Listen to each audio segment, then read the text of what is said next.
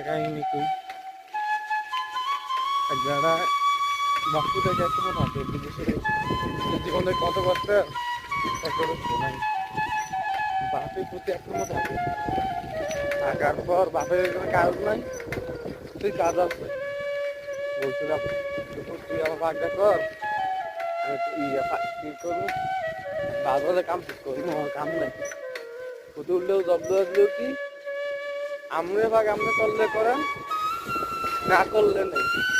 আমি একটা আমার ভাগটা সাক্ষাৎ করতাম, তো দেখ আমার কাম নাই, এই কাম নিয়ম লাগবে না, আমার ভাগ শেষে আমরা হলে কাম মিলে যান বিদেশ জায়গা তুলে দিলে নিজের ঘরগুলো।